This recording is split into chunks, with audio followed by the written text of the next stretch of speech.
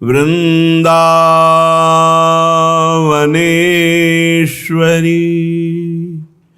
तवैव पदारविंदम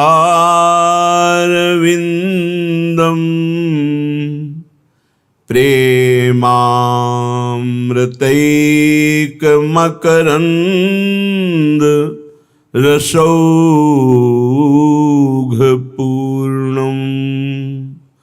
हृद्यर्पितं मधुपते स्मरतापमुग्रं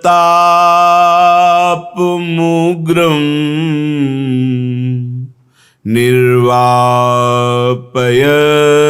परम शीतलमाश्रयामि परम शीतल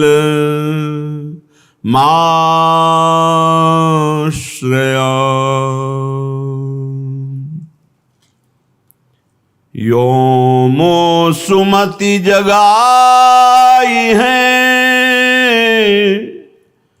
शिव्यास सुवन करुणामय। आज महाप्रभु श्री हरिवंश चंद्र जी का पावन चरित्र अपने लोग कथन श्रवण करते हैं, क्योंकि कल महाप्रभु का प्रादुर्भाव जन्म तिथि है। आचार्य और भगवान एक ही हैं। भगवान ही आचार्य रूप में अलग अलग रस का रसास्वादन कराने के लिए स्वयं प्रकट होते हैं, क्योंकि भगवत तत्व को, भगवत रस को, भगवत लीला को, भगवत स्वरूप को वही जान पाता है जिसे स्वयं भगवान जनाते हैं।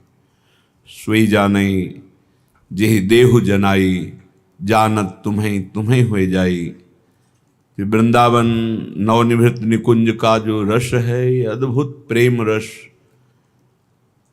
शास्त्रों में, संतों में, जगत में प्रसिद्ध है कि वृंदावन प्रेम धाम है। ये प्रेम भूमि है। इस प्रेम भूमि का एकांतिक प्रेम आगम निगम पुराणों में भी संकेत मात्र है। संपूर्ण प्रेम रस का वर्णन करने में तो कोई समर्थ नहीं, क्योंकि अनिर्वचनीयम प्रेम स्वरूपम। प्रेम का परिचय स्वयं प्रेम कर सकता है, दूसरे की सामर्थ्य नहीं है। तो हित, हित अर्थात प्रेम, प्रेम ही हरिवंश चंद्रजू के रूप में प्रकट हुआ। ये हितावतार है, प्रेम का अवतार है।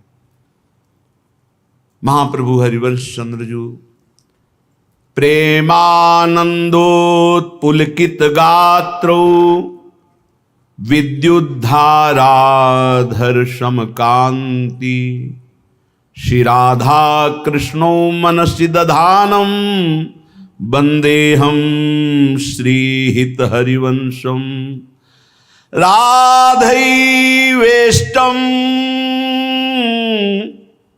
संप्रदायिक कर्ताचार्यो राधा मंत्रदः सद्गुरुश्च मंत्रो राधा यस्य सर्वात्मनैवं वंदे राधा पाद पद्म प्रधानम। नमो नमो जय श्री हरिवंश रसिक अनन्य वेणुकुल मंडन लीलामान सरोवर हंस। नमो नमो जय श्री हरिवंश। नमो जयति श्री वृंदावन सहज माधुरी रास विलास प्रशंस। आगम निगम अगोचर राधे चरण सरोज व्यास अवतंस। नमो नमो जय श्री हरिवंश। व्यास नंदन व्यास नंदन व्यास नंदन गाइए, जिनको हित नाम लेत दंपति रति पाइए, दंपति रति पाइए। रास मध्य ललितादिक प्रार्थना जुकीनी, करते सुकुमारी प्यारी बंसी तब दीनी। सोई कलि प्रगट रूप वंशी वपुधार्यो, कुंज भवन रास रवन त्रिभुवन विस्तार्यो। गोकुल रावल सुठाम बाद निकट राजय, विदित प्रेम राशि जन्म रसिकन हित काजय। तिनको पिय नाम सहित मंत्र दियो श्री राधे, सतचित आनंद रूप निगम अगम साधे। श्री वृंदावन धाम तरनि जासु तीरवासी, श्री राधापति रति अनन्य करत नित खवासी। अद्भुत हरियुक्त वंश भनत नाम श्यामा, जैसी रूप लाल हित चित दे पायो विश्रामा। एक समय नवनिवृत्त निकुंज में नवम नवम लीला का रसास्वादन सहचरियों को कराने वाले प्रिया प्रीतम जो परम प्रेम से प्रफुल्लित होकर रास मंडल की रचना करी। अद्भुत रास, ये जो गोपी मंडल मंडिता, ये भगवान ने अवतार लेकर कुछ रास का रसास्वादन कराया, लेकिन निरंतर नित्य महारस वर्षण नवनिवृत्त निकुंज का रास, जिसमें महादेव जी का भी प्रवेश नहीं। वृंदावन अवतार लीला में महारास गोपी मंडल मंडिता, इसमें एक रात्रि के लिए भगवान शंकर का प्रवेश है। नवनिवृत्त निकुंज में न देवैर ब्रह्माद्यैर न खलु हरिभक्तैर न सुहृदादिभिर यद्वै राधा मधुपति रहस्यम सुविदितम। ये वृंदावन नवनिवृत्त निकुंज एकांतिक रस, गोप गोपिन आदि दुर्लभ, तेहि सुखें दिन प्रतिल है।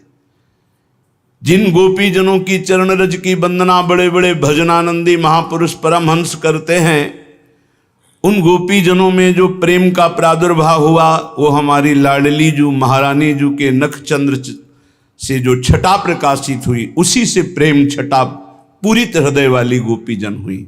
यत् पाद पद्म नख चंद्रमणि छटाया विस्फूर्जितम किमपि गोप वधुस्वदर्शी, पूर्णानुराग रस सागर सार मूर्ति, साराधिका मई कदापि कृपाम करो। तो प्यारी जू और प्यारे जू यमुना जी के पावन पुलिन रास मंडल में मध्य में विराजमान हैं। आसपास समस्त सहचरी मंडल, उस मंडल के मध्य में श्यामा श्याम रंग भरे गान कर रहे, नृत्य कर रहे। बड़ा अद्भुत रास, पद श्रवण करें। मंडल मध्य रंग भरे श्याम श्याम राजे, मंडल मध्य रंग भरे श्यामा श्याम राजे। मंडल मध्य रंग भरे श्याम श्याम राजे, मंडल मध्य रंग भरे श्याम श्याम राजे। सुधर र र र र र र र र मुरली घोर गाजे, सुधर र र र र र र र मुरली घोर गाजे। सुधर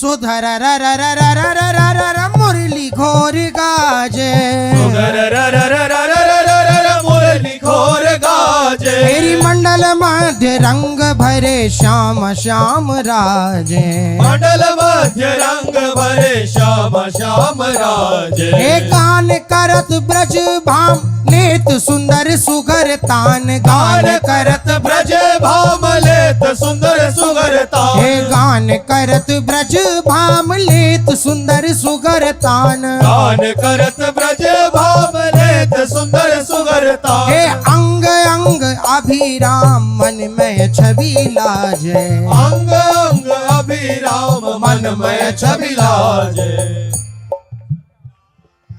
अंग अंग अभिराम मन मथ छवि लाजे अंग अंग अभिराम मन मत छवि लाजे तेरी गान करत ब्रज भाम लेत सुंदर सुगर तान अंग अंग अभिराम मन मत छवि लाजे गान करत ब्रज भाम लेत सुंदर सुगरता अंग अंग अभिराम मन मत छवि लाजे धिगताम धिगताम धिगताम ताधिलांग ताधिलांग ताधिलांग दिदिकिट दिदिकिट दिदिकिट गिटगिडांग गिटगिडांग गिटगिडांग गगिट गिटगिट गाजे दिगताम दिगताम दिगताम ताधिलाम ताधिलाम ताधिलाम दिदिकिट दिदिकिट दिदिकिट गिड़गिड़ाम गिड़गिड़ाम गिड़गिड़ाम गिड़गिड़ गाजे धिगताम धिगताम धिगताम ताधिलांग ताधिलांग ताधिलांग दिदिकिट दिदिकिट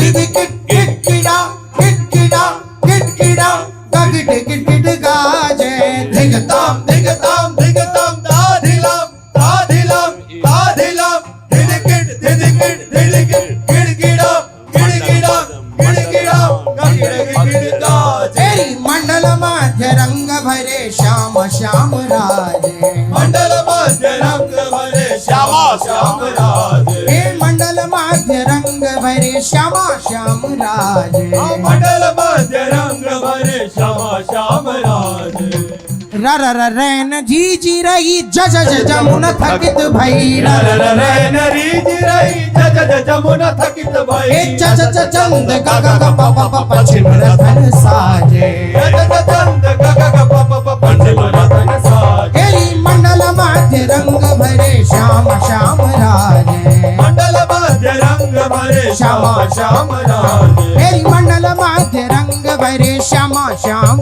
राजे मंडल मध्य रंग भरे श्यामा श्याम हे राजे जय श्री कृष्ण दास हित विलास शोभित रस रूप राशि कृष्णदास हित विलास शोभित रस रूप तेरी राशि वृंदा विपिने विलास रंग रयो आजे वृंदा विपिने विलास रंग रयो आजे हे मंडल माध्य रंग भरे श्यामा श्याम राजे मंडल मध्य रंग भरे श्यामा श्याम राजे हे मंडल माध्य रंग भरे श्यामा श्याम राजे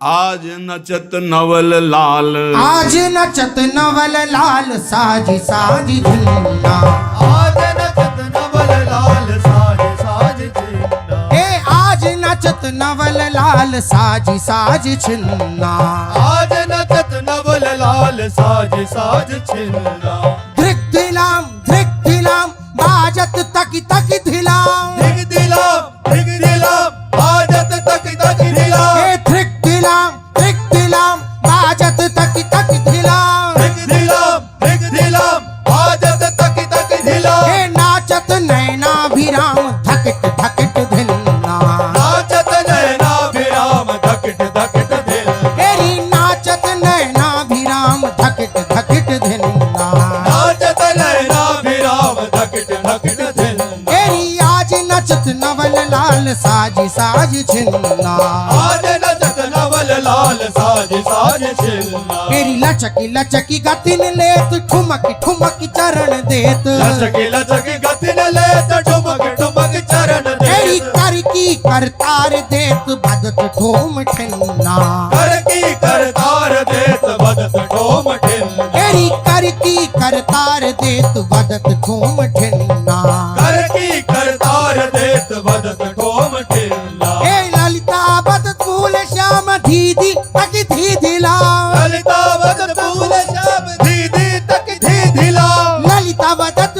श्याम दीदी तक दीदिला ललित बदत भूल श्याम दीदी तक दीदिला हे प्यारी हित रूप लाल नचो छनन छिन्ना प्यारी हित रूप लाल नचो छनन छिन्ना हे आज नाचत नवल लाल साज साज छिन्ना आज नाचत नवल लाल साज साज छिन्ना आज नाचत नवल लाल साज साज छिन्ना आज नाचत नवल लाल साज साज छिन्ना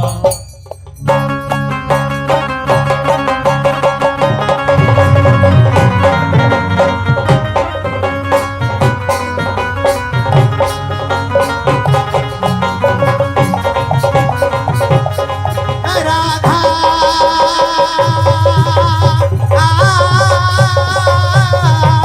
खेलत रास रसिक ब्रज मंडन जो तेरे अंश दिए भुज दंडन शरद विमल नभ चंद्र विराजे मधुर मधुर मुरली कल बाजे मधुर मधुर मुरली कल बाजे मधुर मधुर मुरली कल बाजे हे राधा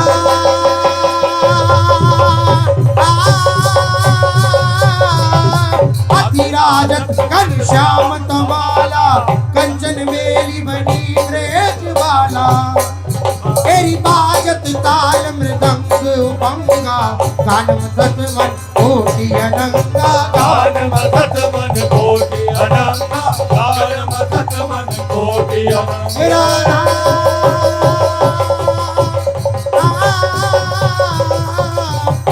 भूषण बहुत विविध रंग सारी अंग सुरंग दिखावत नाई हर्षत कुसुम मुदित सूर्योषा सूर्यत दिव्य धुंधु विकल घोषा सुनियत दिव्य धुंधु विकल घोषा सुनियत दिव्य धुंधु विकल घोषा राधा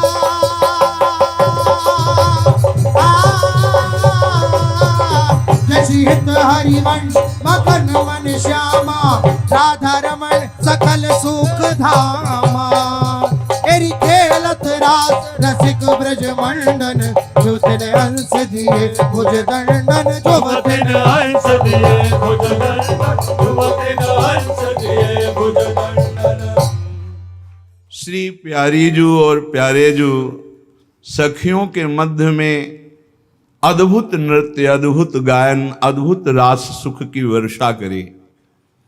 प्यारीजू के सुख हेतु श्री लालजू महाराज नवनागर हैं, समस्त कलाओं के आचार्य हैं, अद्भुत नृत्य करते हैं।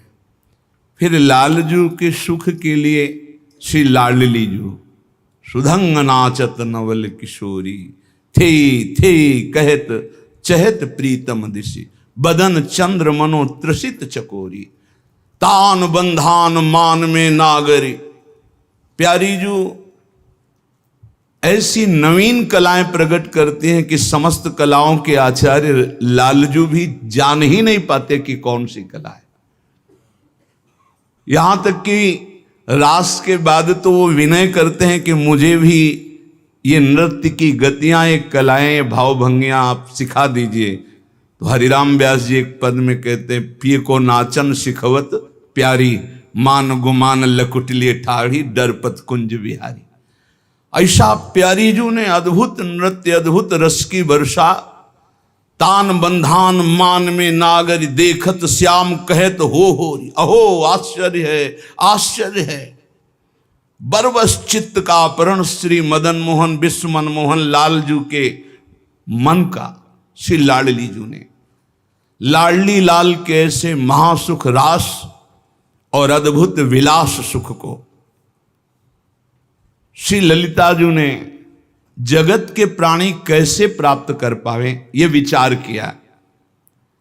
रास मध्य ललिताज प्रार्थना जो की नहीं, हाथ जोड़ा और कहा, हे प्रिया प्रीतम, हे श्यामा श्याम, आपकी ये नवनिवृत्त निकुंज की एकांतिक विलास लीला और रास लीला, रहस्य रहस्य मोहन पिय के संगरी लड़ेती अति रस लटकत, ये रस अवतार लीला में भी नहीं। जहां खंडन अधर करत परिरंभन चत जघन दुकूल नखपात तिरिछी चितवन दंपति रस समतूल। ये आगम निगम पुराणों में भी नहीं, ये वृंदावन नौ निकुंज निज महल में प्यारे जू के अद्भुत सुख को जगत के प्राणी कैसे प्राप्त कर पावे, ये सखियां आचार्य हैं। रास मध्य ललितादिक प्रार्थना जो की नहीं। हे प्रिया प्रीतम, भूमंडल के जीव, जगत के जीव इस महान अद्भुत विलास और रास रस को कैसे प्राप्त कर पाए? क्योंकि द्वापर में भगवान श्री कृष्ण जी का जो प्रादुर्भाव हुआ, उसमें अधरों में बंसी विराजमान करके जो आकर्षण किया, वो कृष्ण आकर्षण, उसमें प्रभु के प्रति कांता भाव और रास सुख। लेकिन युगल सरकार के सुख का रसास्वादन निज किंकरी भाव से, ये बहुत आगे का विषय है। तिन गोपिन ते दुर्लभ माई, नित्य विहार सहज सुखदाई। इसके लिए ललिता जी को विचार हुआ कि भूतल के प्राणी इस नित्य विहार रस भजन को कैसे प्राप्त कर पाए। प्यारी जू से प्रार्थना की,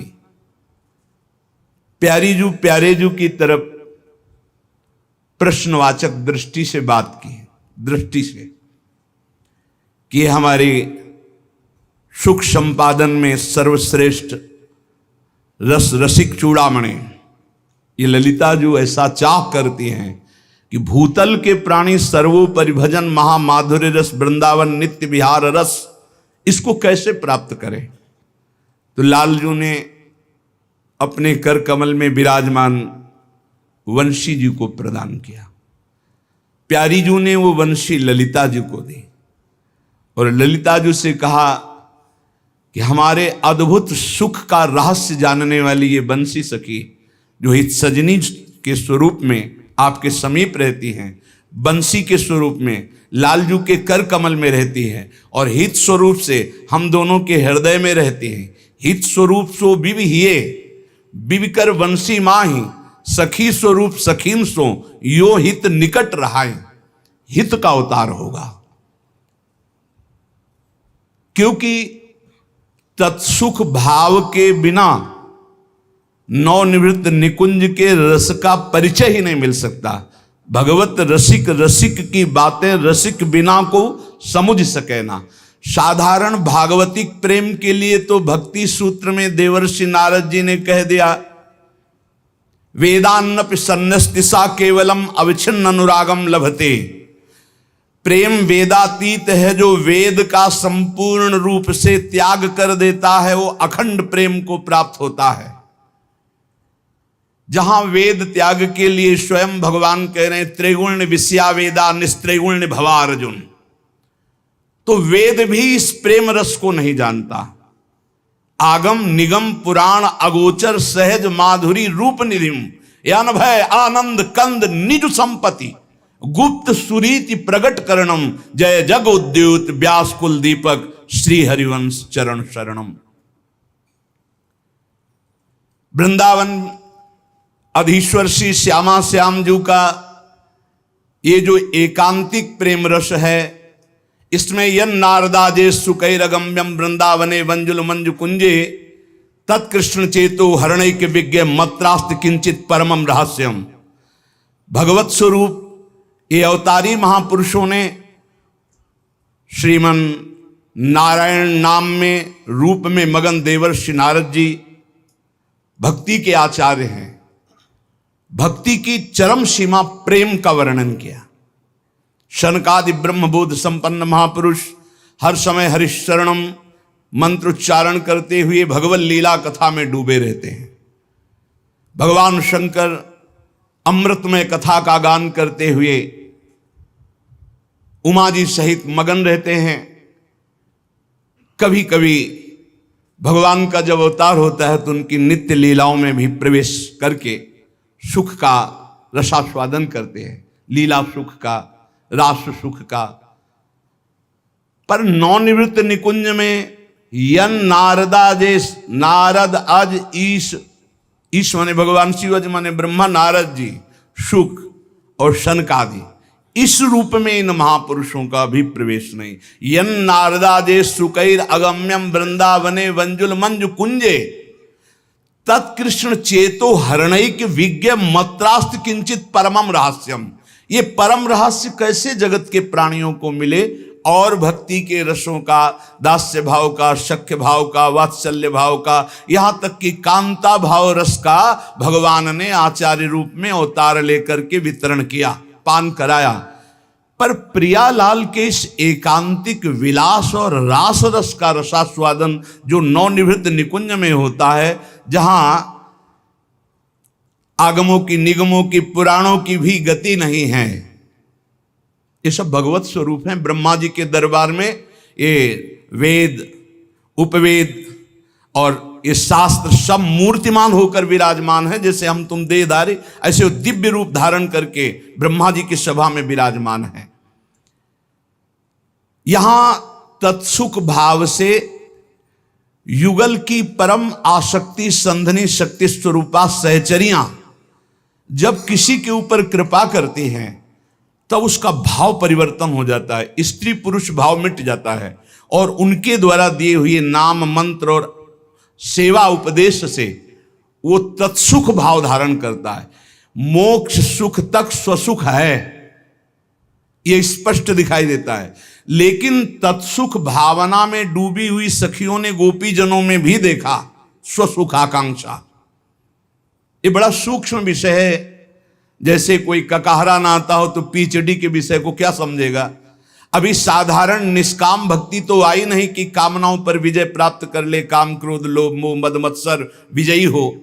काम क्रोध मद मान न मोहा, लोभ न क्षोभ राग नहीं द्रोहा, जिनके कपट दंभ नहीं माया, ऐसी विशुद्ध भक्ति।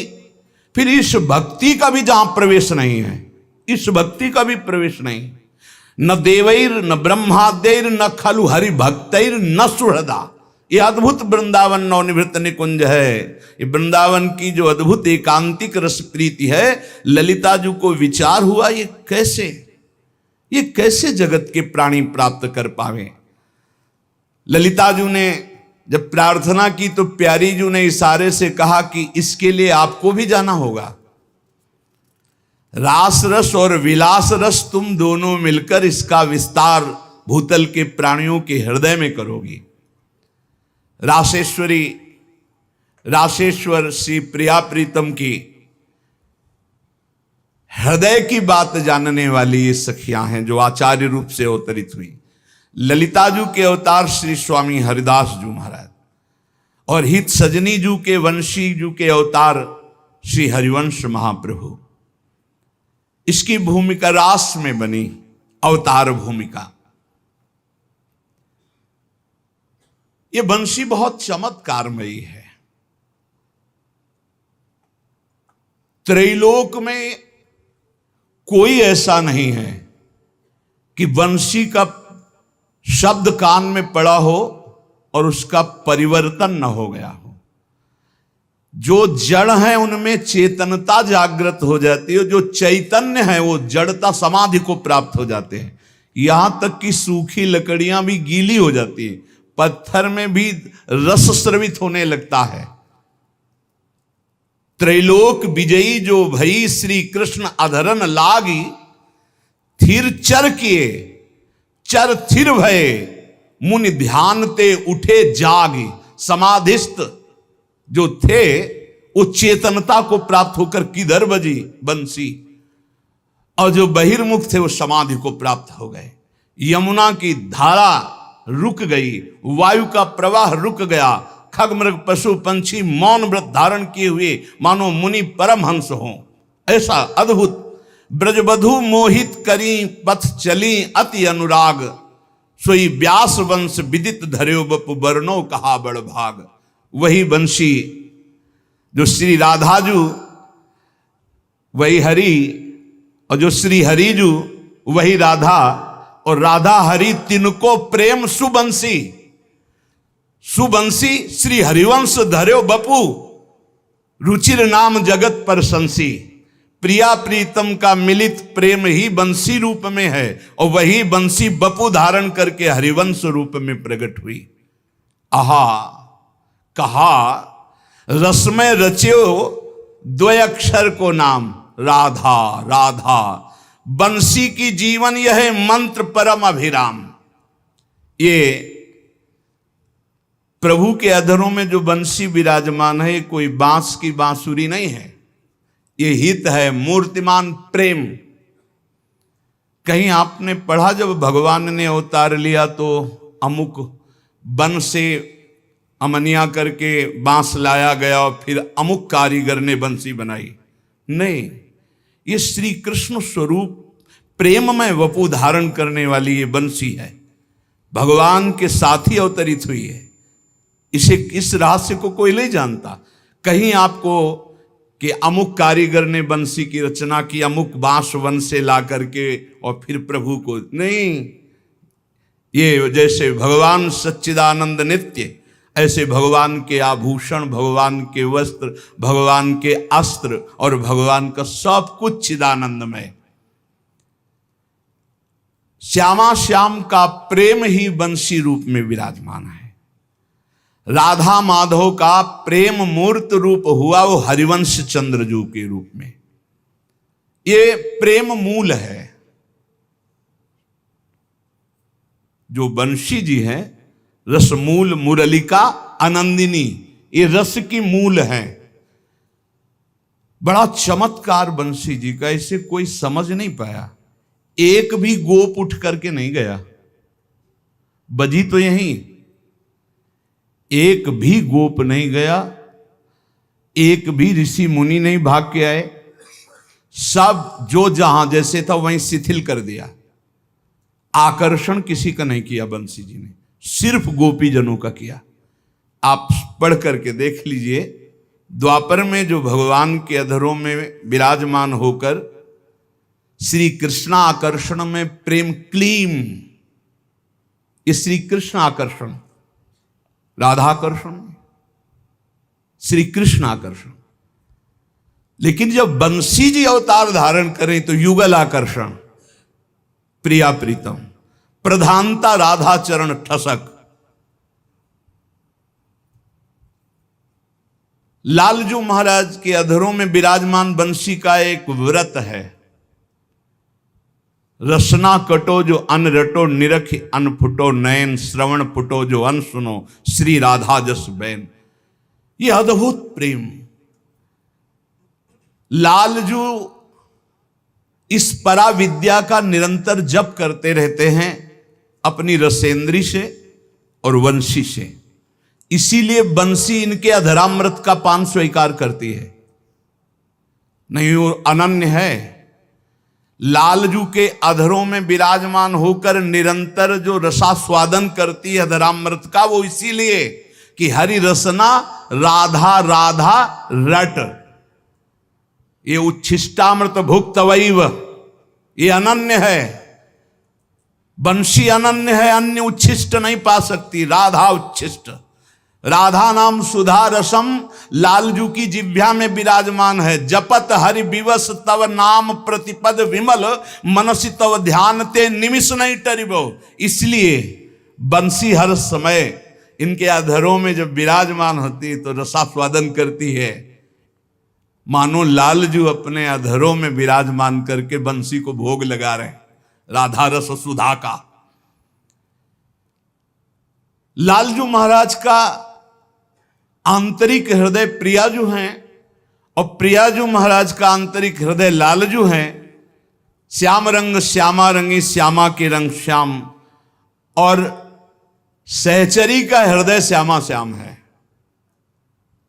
बड़ा प्रेम गरु है सहचरी का। लालजू की रूप माधुरी, लावण्य माधुरी देखकर प्रियाजू चकोरी की भांति उनके रूप रस का पान करती है। लाडलीजू के मुख चंद्र को देख करके लालजू के नेत्र चकोर भय बेसुध हो जाते हैं, और सखियां दोनों युगल के रूप मुख चंद्र का पान करके सावधान होकर सेवा कर रही। इसलिए सखियों का प्रेम बहुत गरु प्रेम है। वंशी जब ललिताजू के कर कमल में दी, तो ललिताजू राधाष्टमी में जब उत्सव मनाया जाता है हमारे यहाँ प्यारीजू के प्रादुर्भाव का, तब उस समय ललिताजू के प्रादुर्भाव का उत्सव मनाया जाता है। स्वामी श्री हरिदास जी महाराज का जो प्रादुर्भाव, वो ललिताजू ही तो पधारी। ये जो बंसी प्रकट हुई है, आप सच्ची मानिए, इसका नाद जो श्रीमद चतुरासी जी है, बंसी नाद है। एक बार यदि 24 घंटे में इस नाद का पाठ कर ले, 84 जी का, ये आई ही इसीलिए है।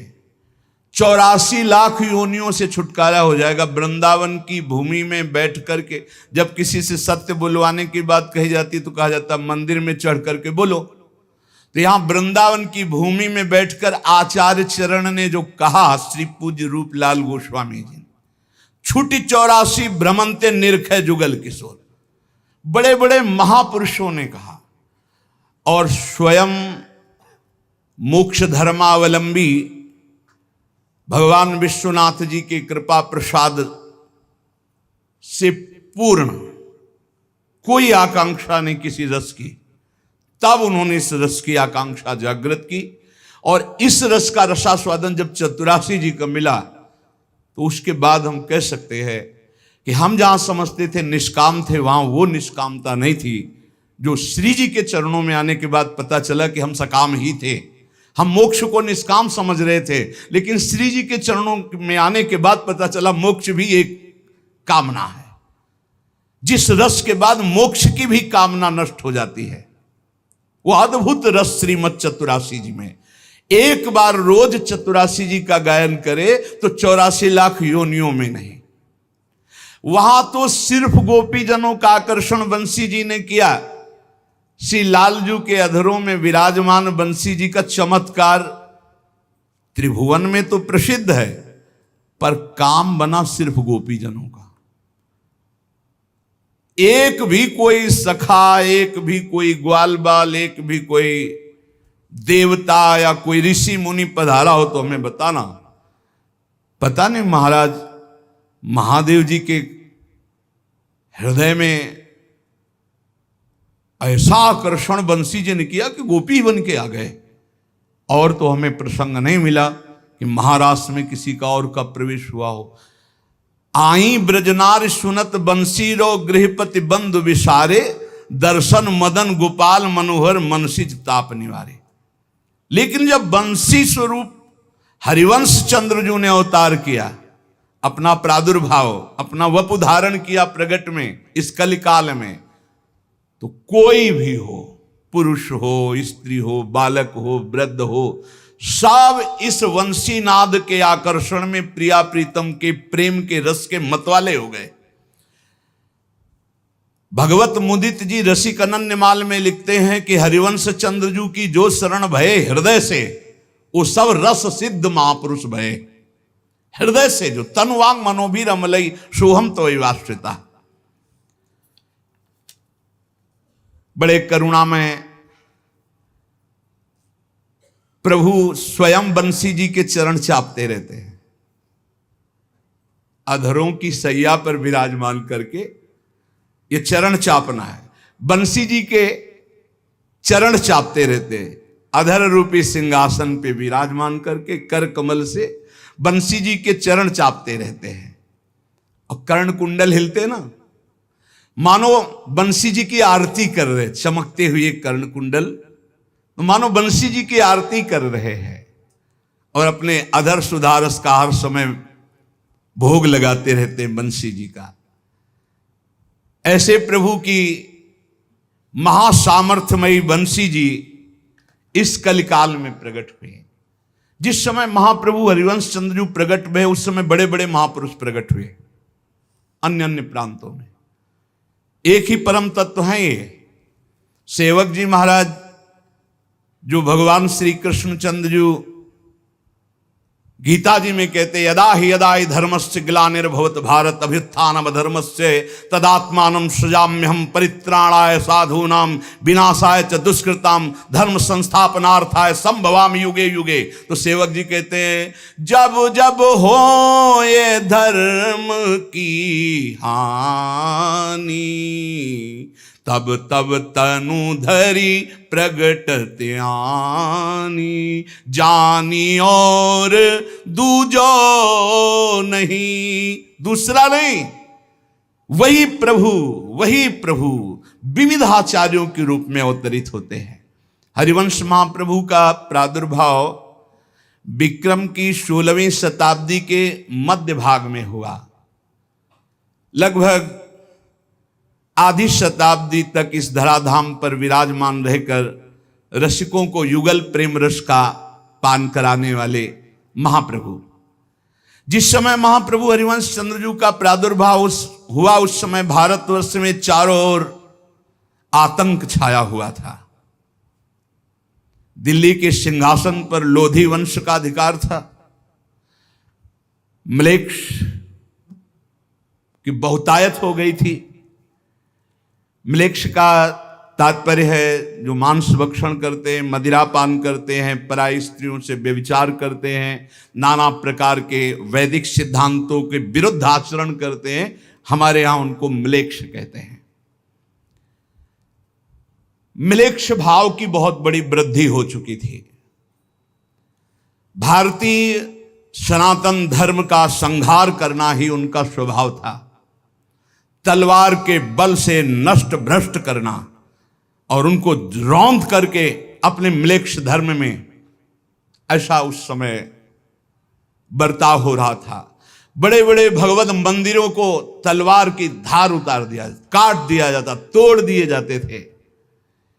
तीर्थ स्थानों में रहने वाले संतों को, भक्तों को पीड़ा पहुंचाई जाती, मार दिए जाते, तीर्थ स्थानों को भ्रष्ट कर दिया जाता, अनेक प्रकार के धर्मात्माओं को पीड़ा दी जाती थी। एक तरह से ऐसा अवसर कलयुग में आया था। अभी कह रहे हैं अभी जो समय चल रहा है बहुत मंगलमय चल रहा है, ऐसा ना पीछे था ना आगे होगा।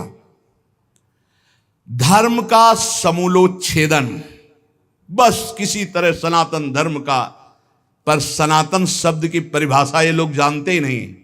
सनातन का कभी नाश करने में काल भी सामर्थ्यशाली नहीं है। ये तो काल के अंतर्गत ही जीव है, इनकी क्या सामर्थ्य कि सनातन धर्म कोई एक मेड़ नहीं है कि आप उसे मिटा दोगे तो सनातन मिट जाएगा। सनातन मिट जाएगा तो अनंत ब्रह्मांड मिट जाएंगे।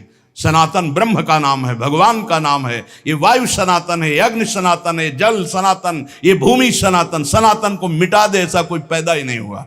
सनातन, हाँ, सनातन को छीण कर जरूर करने की कोशिश की गई। हमारी वैदिक सिद्धांत, धार्मिक संस्कृति बड़ी ही अव्यवस्था उस समय। आज हम कह रहे हैं कि हम चीख चीख के भगवत यश गान कर रहे हैं तो हमें कोई पीट नहीं रहा। पीछे ऐसे था और आगे ऐसे होगा। भगवत यश गाओगे तो गोली मार दी जाएगी। समय देखना, पीछे ऐसा था। आपने नहीं सुना जब 10 गुरुओं की चर्चा हुई तो नहीं सुना कैसे गुरुओं के साथ बर्ताव किया। जब महापुरुषों की चर्चा, अभी कल परसों प्रेमदास जी की चर्चा, टुकड़े टुकड़े कर दिए गए उनके शरीर के इसी धाम में। चारों ओर विकराल आतंक छाया हुआ था। सब डर गए थे भक्ति के विषय में। कोई भगवान की भक्ति करने के लिए उत्साह प्रकट बाहर चौड़े पे नहीं कर सकता था। तब भगवान ने विचार किया और आचार्य रूप में एक साथ बहुत रूपों में अवतरित हुए। उस समय भरमार लग गई वैष्णव महापुरुषों की, एक से एक सामर्थ्यशाली, जो तप बल, भगवत बल, नाम वाणी में डूबे हुए, जिनके प्रभाव से ही माया का प्रपंच नष्ट हो जाए और भक्ति का प्रभाव जग जाए। भारतीय संस्कृति को मानो प्राण निकल रहे थे, फिर संजीवनी मूरी मिल गई, ऐसा समय आया।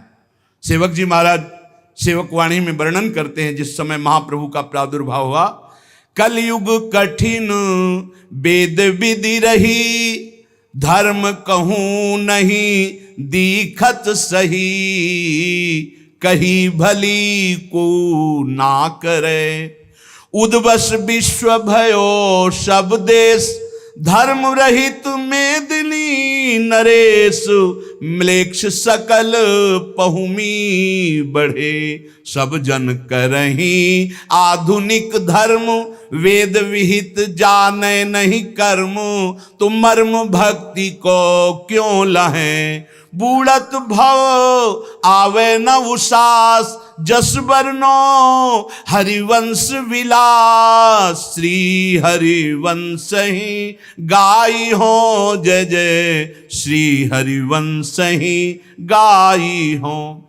कलयुग का ऐसा प्रभाव बढ़ा उस समय, वेद प्रतिपादित धर्म का पालन करना कठिन हो गया। जहां सुना जाता कि वो सनातन वैदिक सिद्धांत से चलता, काट के फेंक दिया जाता।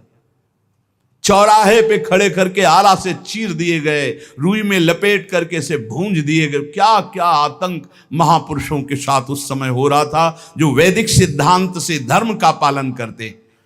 सेवक जी महाराज कह रहे, धर्म कहूं नहीं दिखत सही, कहीं नहीं दिखाई दे रहा था कोई सही ढंग से वैदिक सिद्धांत शास्त्र मर्यादा के अनुसार धर्म का पालन करे।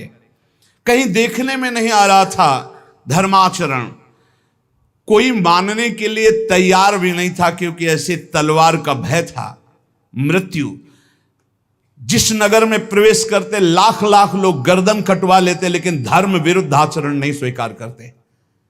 ऐसे ढेर के ढेर लाशों के लग जाते थे।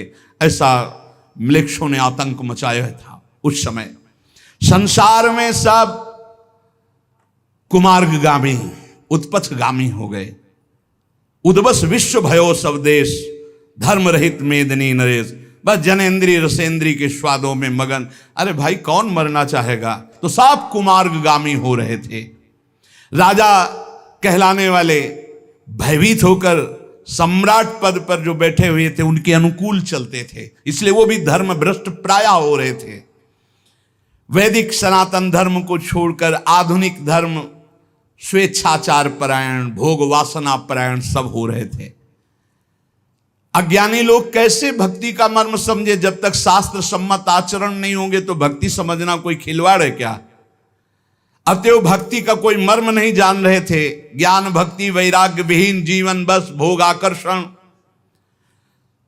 जो धर्म से चले श्वास लेने की भी गुंजाइश नहीं थी। आज तो बहुत बढ़िया अवसर है, हम नाच गा रहे हैं, हमें कोई पीट नहीं रहा, हमें कोई बंधन नहीं डाल रहा। धर्म रहित जानी सब दुनी, म्लेच्छन भार दुखित में दिनी, तो धनी और दूजो नहीं, करी कृपा मन कियो विचार, श्रुति पथ विमुख दुखित संसार, सार वेद विधि उद्धरी, सब अवतार भक्ति बिस्तरी, पुनिरस रीति जगत उद्धरी, करो धर्म अपनो प्रगट, प्रगटे जानि धर्म को नाश, जस बरनो हरिवंश विलास, श्री हरिवंश ही गाई हो। सारा संसार उस समय धर्म विमुख हो रहा था। आप जगह जगह जितने भी विद्वान, जितने भी प्रवीण बुद्धि वाले, उन सबको अधीन करके राज्य कर्मचारी के रूप में रखा जा रहा था। यह पूरे देश में आतंक छाया हुआ था। म्लेच्छों के भार से पूरा देश दुखी हो रहा था। पृथ्वी में हाहाकार मचा हुआ था। भाग गए वृंदावन से बड़े बड़े रसिक इधर उधर अपने ठाकुर लेकर के। यहां कोई भक्ति नहीं कर सकता था, काट के फेंक दिए जाते, ऐसा अवसर था। जब जाने और दूजो नहीं, वही परम तत्व, उसी को भगवान कहते हैं, उसी को परमात्मा कहते हैं, उसी को ब्रह्म कहते हैं। प्रेमी जन उसी को प्रेम कहते हैं, उसी को लाडली लाल कहते हैं। वही अवतार लेते। कोई दो तत्व नहीं है इस जगत में कि आचार्य रूप में कोई और आता है, प्रभु रूप में कोई और आता है। श्री हरिवंश चंद्र जी महाराज स्वयं प्रभु ही हैं। महाप्रभु चैतन्य देव स्वयं युगल सरकार का मिलित रूप। भगवान निम्बारकाचार्य, वल्लभाचार्य, बड़े बड़े जितने महापुरुष, ये स्वयं भगवान पधारे, कोई और नहीं है। जाने और दूजो नहीं। महाप्रभु हरिवंश चंद्रजू जिस समय प्रकट हुए उस समय बहुत अत्याचार छाया हुआ था। जगह जगह पर आतंक था, पर ऐसा नहीं कि उस समय कोई धर्मात्मा था ही नहीं। जो नाम जप करते हैं, मंत्र जप करते हैं, प्रभु की आराधना करते हैं, तो प्राणों की परवाह नहीं करते। लाखों में तुम कितनों को मारोगे, कोई ना कोई तो बचा ही रहेगा। विनाश तो कोई नहीं कर पाया। भगवान परशुराम जी ने संकल्प लिया था कि पृथ्वी को क्षत्रियों से विहीन कर दूंगा जो राक्षसी स्वभाव के हैं। 21 बार फरसे से काट काट, तो क्या क्षत्रिय विहीन हो गए क्या पृथ्वी? ये भगवान की सृष्टि है। ऐसा ही तो ऐसा नहीं था कि उस समय कोई बड़े महापुरुष नहीं थे, उस समय कोई धर्मात्मा नहीं थे, पर था बड़ा आतंक म्लेच्छों का। वो धन्य है कुल जिनमें महाभागवत जन प्रकट होते हैं। कुलम पवित्रम जननी कृतार्था वसुंधरा भाग्यवती च तेन स्वर्ग स्थितास्ते पितरोपि धन्या येषाम कुले वैष्णवा नामधेयम। वही कुल धन्य है, परम पवित्र है, जगत पूज्य कहा जाता है, जिस कुल में भगवत स्वरूप किसी महापुरुष का प्रादुर्भाव होता है। सेवक जी महाराज कहते, नाम प्रसंग कहत उपदेश, जाया धर्म धन्य सो देश, धन्य सो कुल जय जन्म भयो, धन्य सो तात धन्य सो माय, तन तत् सकल सुनो चित लाय, श्री हरिवंश प्रताप जस, सो कुल धन्यो मा सुन जगत पूज्य सुपनीत। महाप्रभु हरिवंश चंद्र जी जिस कुल में प्रकट हुए, परम पावन पवित्र वैदिक मार्ग अनुयायी और युगल सरकार की भक्ति संपन्न था। इस कुल में श्री राधा मोहन जी की सेवा कुल परंपरागत चलती थी। हिताचार्य चरण के पूर्वज उत्तर प्रदेश के सहारनपुर जिले में स्थित देवबंद, जिसे देववन कहते हैं, इस नगर में रहते थे महाप्रभु के पूर्वज जन। वे कश्यप गोत्री यजुर्वेदी माध्यन्दिनी शाखानुयायी गौड़ ब्राह्मण थे। इस कुल में एक से एक बढ़कर शास्त्रों के प्रकांड विद्वान, पूर्ण रूपेण वैदिक सिद्धांतानुसार आचरण करने वाले। पहले था ब्राह्मणों का व्यसन होता था वैदिक सिद्धांतों से चलना और वैदिक सूत्रों को हृदय में धारण करना, यही उनके पास धन था। वाणी से प्रखर और बौद्धिक स्तर ब्रह्म तेज से संपन्न, अस्थिमात्र हुए रहे शरीरा, जिधर जाते तो बड़े बड़े राजा धीराज उठकर उनके चरणों में प्रणाम करते। उनका एक ही व्यसन था, समस्त शास्त्रों को कंठस्थ करके उसके अनुसार चलना, वैदिक सिद्धांतों के अनुसार। और क्षत्रियों का था धर्म से बुद्धि को पवित्र करते हुए भुजाओं के बल से सबकी रक्षा करना। तो बड़े ही श्री राधा मोहन जी के उपासक और वैदिक सिद्धांत के अनुसार चलने वाले महाप्रभु के वंश में थे। पहले इस वंश में भट्ट संज्ञा से पुकारा जाता था। विजय भट्ट के सुवन कुलाजित सुत विद्याधर भाए, तिनते जालप मिश्र प्रगट भय राधा वल्लभ से। भाव भावना में मन दीनो और सकल तजिहे, मिश्र प्रभाकर तिनते प्रगटे मिश्र उबार उबारे। जीवद मिश्र सुवन हिम कर जू व्यास मिश्र सुत धारे। चारंते ये बड़े कहावे, चारंते ये छोटे, नौ भाई नौ नंद रूप हैं सकल गुणन करी मोटे।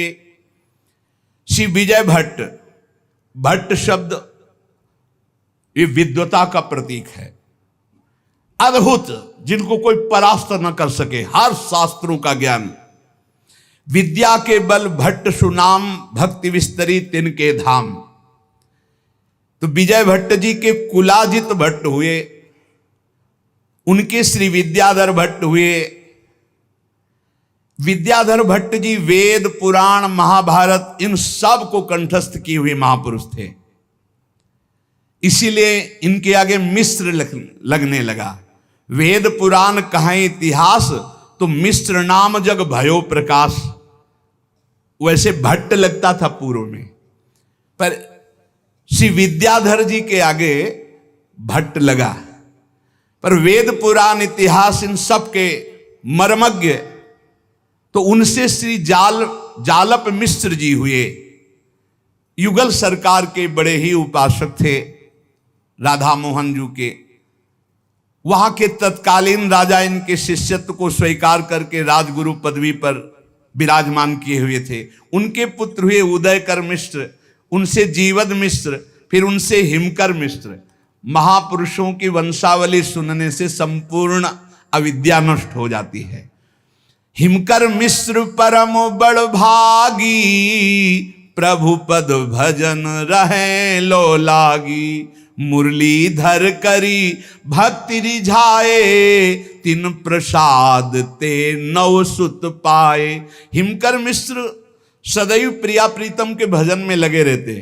इनकी भक्ति से रीझ करके मानो नव योगेश्वर प्रकट हुए हों या नवनंद प्रकट हुए हों। इनके 9 पुत्र हुए, केशवदास, रघुनाथ, गंगाधर, देवदास, गोपाल, उदयराम, पद्माकर, कल्याण जी और ये व्यास मिश्र जी। ये जो हरिवंश महाप्रभु के पिता होने का सौभाग्य प्राप्त किया, ये व्यास मिश्र जी। ये सभी महाभागवत शास्त्रों के परम मर्मज्ञ और वैदिक सिद्धांत के रहस्य के ज्ञाता, ब्रह्म तेज संपन्न। इनमें जो सबसे बड़े केशवदास थे, वो बचपन से ही अवधूत स्थिति में थे। जब युवावस्था आई तो घर त्याग कर निकल गए और सन्यास ले लिया। सन्यास का नाम पड़ा इनका श्री नृसिंहाश्रम स्वामी जी। ये बड़े ही उच्च कोटि के महापुरुष और बड़ी सिद्धियां इनमें थी। ये अहर्निश स्वरूप बोध में स्थित और भगवत आराधन, बाह्य क्रिया, अंतर में स्वरूप बोध, अवधूत स्थिति। आचार्य महापुरुषों का प्रादुर्भाव दैवी संपदा संपन्न महान तेजस्वी कुलों में ही होता है। अवतारी महापुरुषों को अपने गर्भ में धारण करने की सामर्थ्य हर माता में नहीं होती। वो दैवी शक्ति संपन्न माता होती है, तभी उनको अपने उदर में धारण कर सकती है। इसीलिए दैवी संपदा संपन्न कुल में आचार्य महापुरुषों का अवतार होता है। इन सभी 9 भाइयों में 4 से छोटे और 4 से बड़े, मध्य में हरिवंश महाप्रभु के पिता होने का सौभाग्य मिला उनको, श्री व्यास मिश्र जी उनका नाम। ये वेद पुराण इतिहास सकल शास्त्रों में बड़े ही परम प्रवीण होते हुए इनका सबसे ज्यादा प्रभाव ज्योतिष शास्त्र में था। उस समय के भारत के सुप्रसिद्ध ज्योतिषियों में व्यास मिश्र जी थे। आपकी इतनी बड़ी ज्योतिष सिद्ध थी कि सामने व्यक्ति आया और उसका पूरा जीवन बता देंगे। एक क्षण में कोई नक्षत्र, कोई समय जन्म का या कोई तिथि बताने की जरूरत, सामने व्यक्ति आया पूरा लिखकर उसका। आपका स्वभाव बड़ा दैन्य, इतना विद्वान, इतना ज्योतिषाचार्य होने पर भी अहम नहीं, मृदु स्वभाव और राधा मोहन जी की आराधना में तन्मय। युगल सरकार के प्रति पूर्ण समर्पण था श्री व्यास मिश्र जी का। इनके घर में कुल परंपरागत श्री राधा मोहन जी विराजमान हैं। महाप्रभु प्रकट होकर के जो आरती में पद गाते हैं, बनी श्री राधा मोहन जी की जोरी, इंद्रनील मणि श्याम मनोहर, 7 कुंभ तन गोरी। तो घर में ही राधा मोहन जी विराजमान थे। सौभाग्य से अपने युगल सरकार का भी नाम हितजू ने राधा मोहन जी रखा है। आपके यहां संतों की भीड़ लगी रहती थी, क्योंकि इतना मृदु सरल स्वभाव, पवित्र आचरण, प्रिया प्रीतम की उपासना, वैदिक सिद्धांत का स्थापन आचरण में, तो संत प्रभावित होकर के प्राय आते रहते थे और घर में संतों की सेवा होती रहती। बड़ा आनंद मंगल, कहीं कथा हो रहा, कहीं कीर्तन हो रहा, कहीं वैदिक सिद्धांत की चर्चा हो रही। व्यास मिश्र जी सदैव संतों से सुशोभित होते रहते थे। बड़े बड़े संत महात्मा इनके घर। ये तो पक्का है, जहां भगवान का भक्त या भगवान का कोई अवतारी पुरुष आएगा, उसके घर में संतों की जरूर कृपा रही है। अगर संत जन कृपा ना करे तो फिर महापुरुषों का आगमन उस घर में नहीं हो सकता। जिस घर में संतों का चरणामृत नहीं छिड़का गया, जिस घर में संतों की जूठन नहीं गिरी, जिस घर में संतों की आरती नहीं उतारी गई, जिस घर में संत बैठकर भजन नहीं किए, वहां महाभागवत कैसे पधारेंगे? फिर ये तो स्वयं प्रभु हैं, आचार्य हैं। आप अपना सर्वस्व संतों को समर्पित किए हुए रहते, मानो संत स्वामी हम तो सेवक हैं।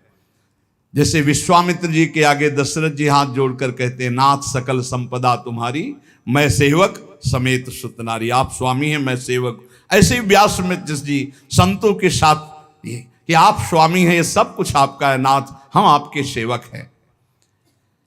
आपकी सहधर्मिणी परम सुंदरी सुशीला रूपवती परम पातिव्रत धर्म से युक्त श्री तारा रानी जी ये महाप्रभु को गर्भ में धारण किए। कितना हो भाग्य सौभाग्य, व्यासमिश्र जी पिता और तारा रानी जी माता।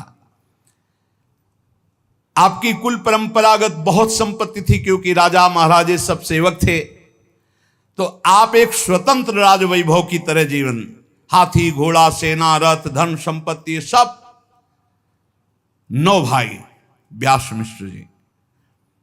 देश देशांतर में व्यासमिश्र जी की ख्याति सुनकर दिल्ली की गद्दी पर आसीन तत्कालीन बादशाह, उसका नाम यहां नहीं दिया गया, बादशाह पृथ्वीपति देशाधिपति या नरेंद्र ऐसा कहकर वर्णन किया गया, लेकिन संकेत नहीं किया गया कि उस समय वर्तमान में बादशाह कौन था। गणित के अनुसार कोई लोधी वंश का या हुमायूं ऐसा उस समय का, लेकिन स्पष्ट नहीं दिया गया, इसलिए इसमें यह नहीं कहा गया कि तत्कालीन बादशाह अमुक थे। जब व्यासमिश्र जी का यश सुना तो बुलाया, हमारे दरबार में उपस्थित हो। व्यासमिश्र जी ने विचार किया, मुझे कुछ चाहिए तो नहीं ऐसे बादशाह के सामने जाऊं, पर यदि नहीं जाता तो सनातन धर्म के विपरीत तो वैसे ही लोग आचरण कर रहे हैं और उद्दंड हो जाएंगे। अगर हम जाएंगे तो इनको वैदिक सिद्धांत से प्रभावित करके, धर्म से प्रभावित करके कम से कम अपने सनातन धर्म का हम ये हित कर पाएंगे कि जहां या मंगल सोचेंगे वहीं हम इन पर शासन करेंगे। ऐसा विचार करके बुलावे को ठुकराया नहीं और कहा हम आ जाएंगे, आप लोग जाइए।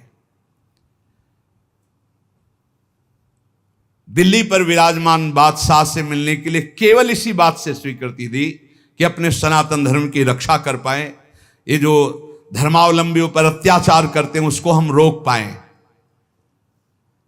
श्री व्यासमिश्र जी देवबंद से लगभग 170 किलोमीटर दूर दिल्ली, अब हाथी घोड़े रथ सब थे ही, बादशाह के दरबार में पहुंचे। वहां सूचना हुई परम ज्योतिषाचार्य व्यासमिश्र जी पधारे हैं। उसने आदेश कर दिया, बुलाओ सभा में। जे ही गए तो मुखमंडल पर ब्रह्मणत्व का तेज, जो त्रिकाल संध्या करता, निरंतर भगवत आराधन करता है, कभी जबान में किसी भी व्यसन का, उसका ब्रह्म तेज सुरक्षित रहता है। ब्रह्म तेज में बड़ी सामर्थ्य, जो आजकल कहते हैं ना क्या जानो ब्रह्म तेज को, सुरक्षित ही नहीं, इसलिए उसको तुम जानो क्या ब्रह्म तेज को। अगर ब्रह्म तेज सुरक्षित है, जो कह दिया जाए तत्काल वही होगा।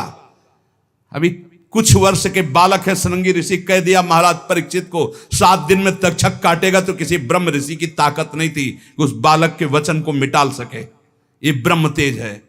आज मदिरा पान हुक्का पीना व्यभिचार गंदे आचरण, न गायत्री न संध्या न धर्म न वंदना, न जानते ही नहीं क्या है ब्रह्म। ऐसे अमोघ ब्रह्म तेज को ऐसे ही नष्ट कर रहे हैं। ब्रह्म तेज को देखते ही खड़ा हो गया बादशाह। यह सामर्थ्य नहीं है कि ऐसे महापुरुष के पधारने पर प्राण उत्थापन करते हैं कि बैठे रहो तुम। जैसे हनुमान जी के पधारते ही बिना कहे रावण की सभा में सब खड़े हो गए, यद्यपि बंधन में हैं सब खड़े। रावण कह रहा क्यों खड़े हो रहे, किसी की हिम्मत नहीं कि बैठ सके। महावीर भगवान शंकर का साक्षात अवतार, महाभागवत महान शक्ति संपन्न, सब खड़े हो गए अपने आप। ऐसे ही व्यास मिश्र को देखकर बादशाह और उनके सामंत सब खड़े हो गए। व्यास मिश्र जी ने समीप जाकर 4 नारियल अर्पित किए और राजा में भगवान का वास ऐसी भावना से नमस्कार किया। मुखमंडल पर अद्भुत ब्रह्म तेज को देखकर बादशाह हतप्रभ हो गया और मधुर वचन बोला, आओ आओ, आपका स्वागत है, स्वागत है। 4 नारियल क्यों भेंट किए? आप एक ही दे देते, आपका आना ही हमारे लिए शुभ रहा। व्यास मिश्र जी ने कहा, राजन, हमारे सनातन धर्म में 4 प्रधान फल हैं जो पुरुषार्थ चतुष्टय कहे जाते हैं, धर्म, अर्थ, काम, मोक्ष। ये 4 नारियल इसलिए प्रदान किए कि आप धर्म, अर्थ, काम, मोक्ष चारों को प्राप्त करने के अधिकारी बने। बड़ा प्रसन्न हुआ। ब्रह्म तेज से संपन्न ऐसे वचन सुन करके व्यास मिश्र जी के वो हृदय से आह्लादित हो गया, मानो कोई निधि मिल गई हो। बादशाह ने और भी जो वैदिक पुराण सिद्धांत के पहले से विद्वान जन थे, सबसे मिलाया, परीक्षाएं ली, हर परीक्षा में उत्तीर्ण, ज्योतिष तो अमोघ। उसने कहा, हम अपने राजगुरु पद पर आपको विराजमान करते हैं। और उस समय 4000 महीने की स्वर्ण मुद्राएं निश्चित की, जरूरत नहीं थी, कुल परंपरागत इतना वैभव था, पर राजगुरु पद पर इसलिए अभिषिक्त हुए कि इसको हम शासन में लेकर अपने धर्म की रक्षा कर पाएंगे। व्यास मिश्र जी से कहा, आप आज के बाद हमारे साथ सदैव साथ रहेंगे। व्यास मिश्र जी ने कहा कि नहीं, ऐसा नहीं हो सकता। हमारे घर में सेवा विराजमान है ठाकुर राधा मोहन की, 8 पहर हम अष्टयाम सेवा करते हैं। हाँ, जब आपका आदेश होगा मैं उपस्थित हो जाऊंगा, पर बराबर आपके साथ नहीं रह सकता। व्यास मिश्र जी ने जब ऐसी बात कही तो बादशाह ने स्वीकार कर ली।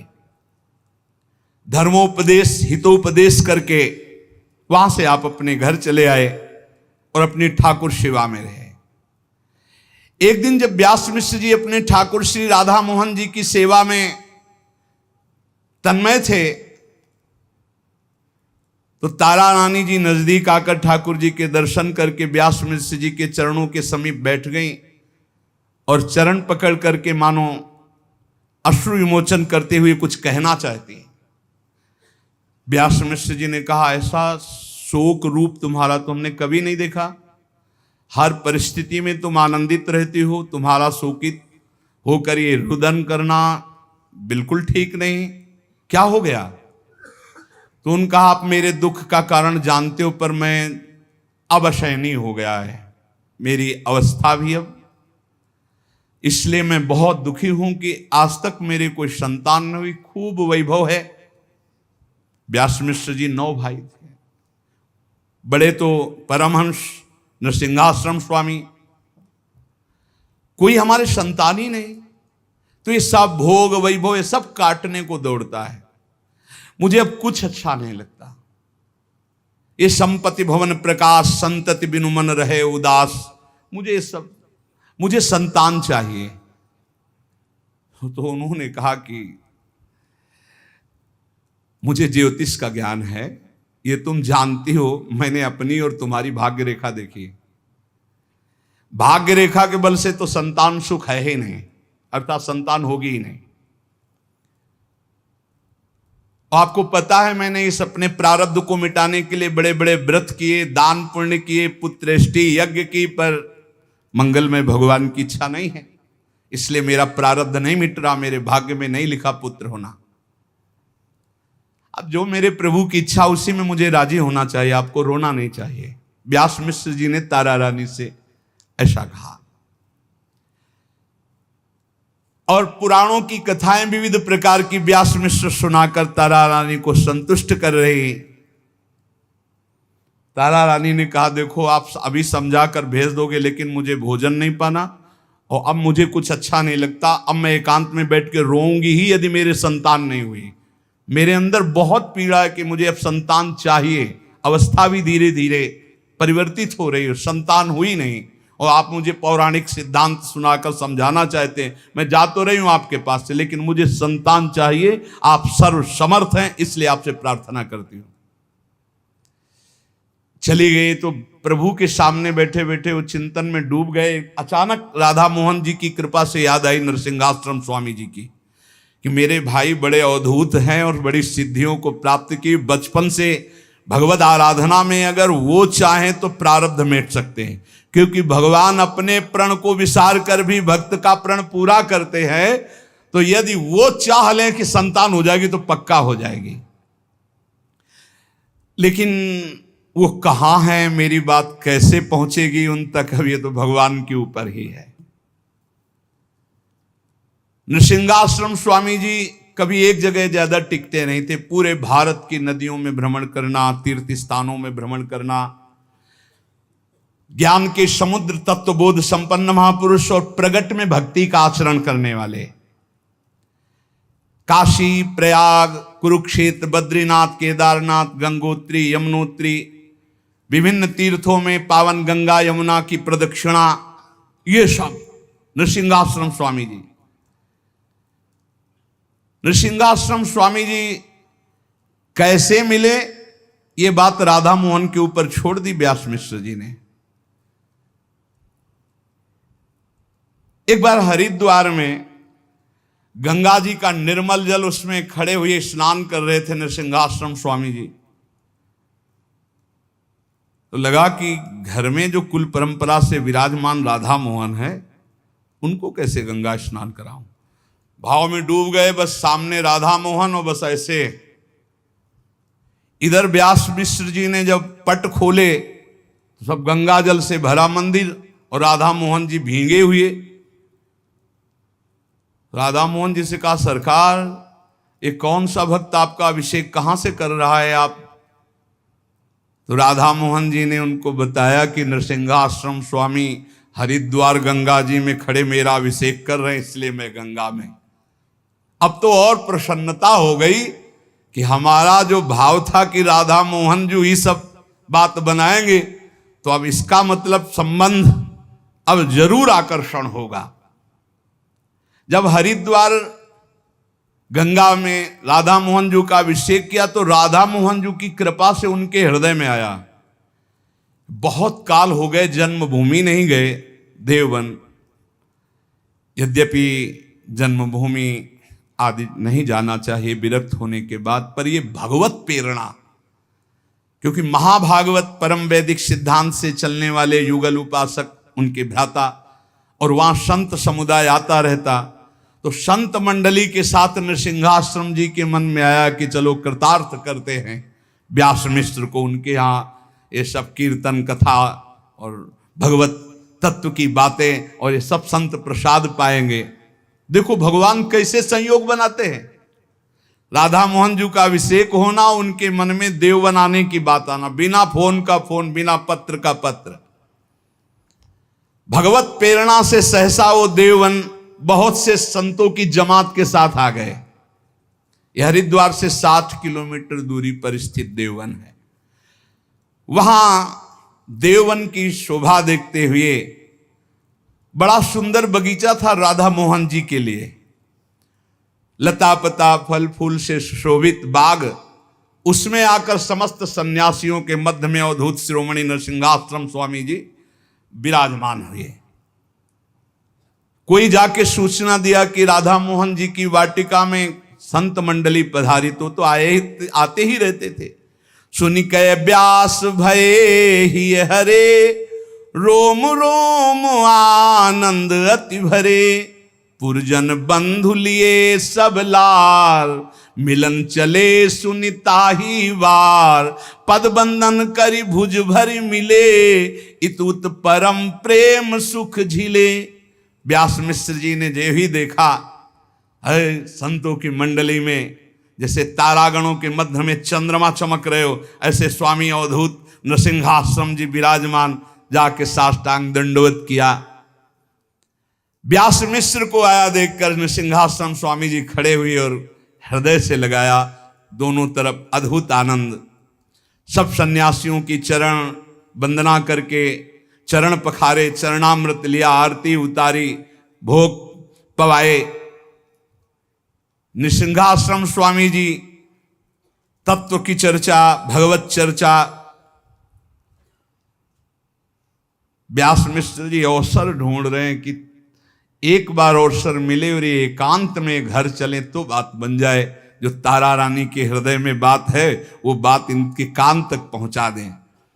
6 घंटा बीत गए, अवसर नहीं मिला, भगवत चर्चा होती रही संत मंडली में। व्यास मिश्र जी ने कहा प्रसाद पाने का समय हो रहा है, सब संतजन पधारें। पधारे, सबको सुंदर सुंदर प्रसाद पवाया गया, फिर शयन की व्यवस्था हुई। व्यास मिश्र जी ने निसिंहाश्रम स्वामी जी के चरणों में मस्तक रखकर कान के पास कहा कि हम तो दर्शन कर चुके हो, हमारे मन की सारी कामनाएं आपने पूर्ण कर दी है, हमें कुछ नहीं चाहिए। पर घर में कुछ एक प्रश्न है जिसका समाधान आपसे हो, तो आप एकांत अवसर दें कुछ मिनट के लिए। नरसिंहाश्रम स्वामी जी विचार किया कि संत मंडली से अनुमति लेनी चाहिए। एकांत के लिए थोड़ी अनुमति लेकर राधा मोहन जी के मंदिर पे जाकर विराजमान हो गए।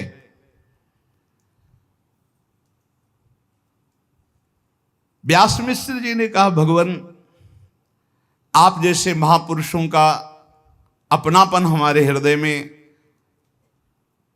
बड़े सौभाग्य से प्रकट होता है, तो सब संत हमारे हैं, पर आप तो हमारे हैं ही, इसलिए हम अपनी दुख सुख की बात तो आपसे कह ही सकते हैं। प्रभु, मुझे यद्यपि सत्य कहता हूं कोई इच्छा नहीं, पर तारा रानी की तरफ कहा कि ये प्रतिपल रोती रहती हैं, उदास बैठी रहती हैं, अश्रु आ रहे हैं, आप कृपा करके इनके दुख को दूर कीजिए। तो व्यास मिश्र से कहा कि तुम्हारी धर्म पत्नी क्यों दुखी है, क्या कमी है, क्यों परेशान है, पूछकर बताओ। व्यास जी ने तारा रानी से कहा कि तुम रुदन क्यों करती रहती हो, ये बात पूज्य स्वामी जी से कहो। स्वामी जी ने कहा रुदन करने और बताने की कोई जरूरत नहीं है, तुम निरंतर भगवत चिंतन करती रहो, सब आनंद हो जाएगा, जैसे संत कहते हैं। तो उन्होंने कहा कि प्रभु, आपके पिता के आप 9 पुत्र हुए और व्यास मिश्र जी के आंगन में एक भी पुत्र नहीं है। मिश्र जी के आंगन में एक भी पुत्र नहीं। हमारे हृदय में प्रबल लालसा है कि एक पुत्र चाहिए, और वो अभी तक पूर्ण नहीं हुई, यही परम दुख का कारण है। आप सर्व सामर्थ्यशाली हैं, प्रणत जनों के दुख हरण करने वाले हैं, मुनि हैं, महात्मा हैं, सिद्ध हैं। आपकी कृपा से अनहोनी भी होनी में हो सकती है, होनी भी अनहोनी में। कर तुम अकर तुम अन्यथा कर तुम, सर्व समर्थ आप हैं।